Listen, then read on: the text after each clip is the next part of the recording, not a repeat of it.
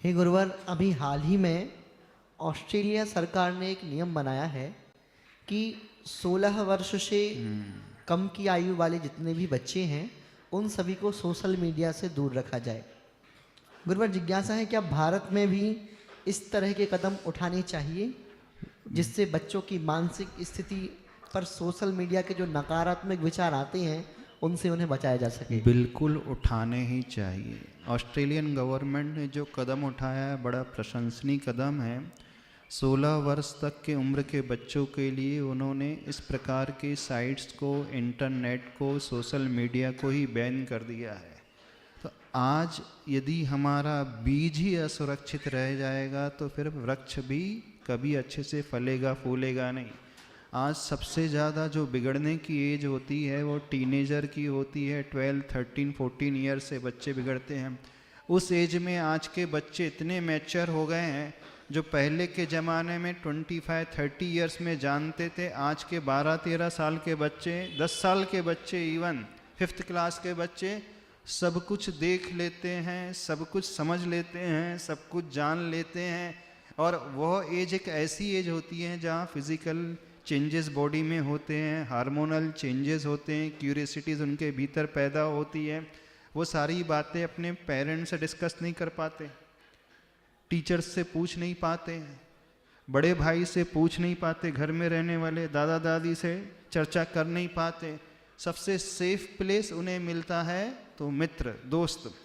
पहले तो दोस्तों से चर्चा करते थे, अब तो एकांत में रह कर के लेट नाइट पढ़ाई के नाम पे वो क्या देखते हैं आप भी जानते हैं। आपके बच्चे क्या सर्च करते हैं, कौन सी साइट सर्च करते हैं, कौन से प्लेटफॉर्म में जा कर के कौन सी मूवीज़ देखते हैं।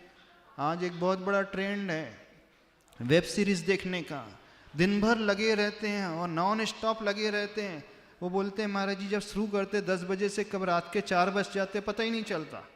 बोले एक एपिसोड के बाद दूसरा, दूसरे के बाद तीसरा, 4, 5, 6, 7, 8, जब तक पूरे एपिसोड्स फिनिश नहीं हो जाते तब तक नींद ही नहीं आती है।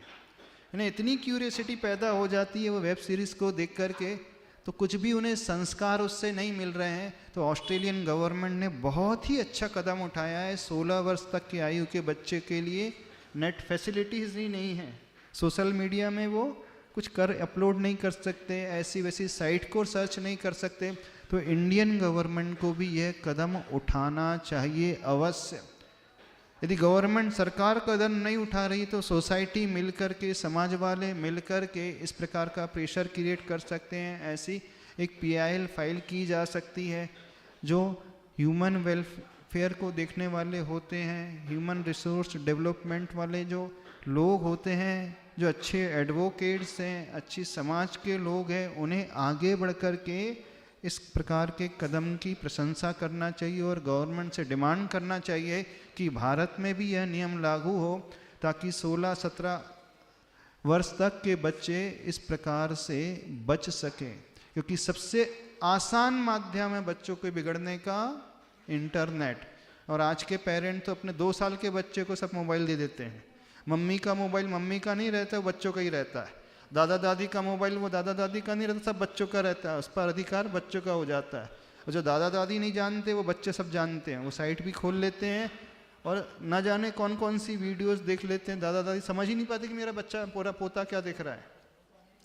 तो सबको मिल कर के सामूहिक प्रयास करना चाहिए। यदि सामूहिक प्रयास किया जाएगा, कुछ ऐसे संगठन हैं भारत देश में, वहाँ तक हम अपनी अपील लेकर के जाएं तो अवश्य कुछ होगा।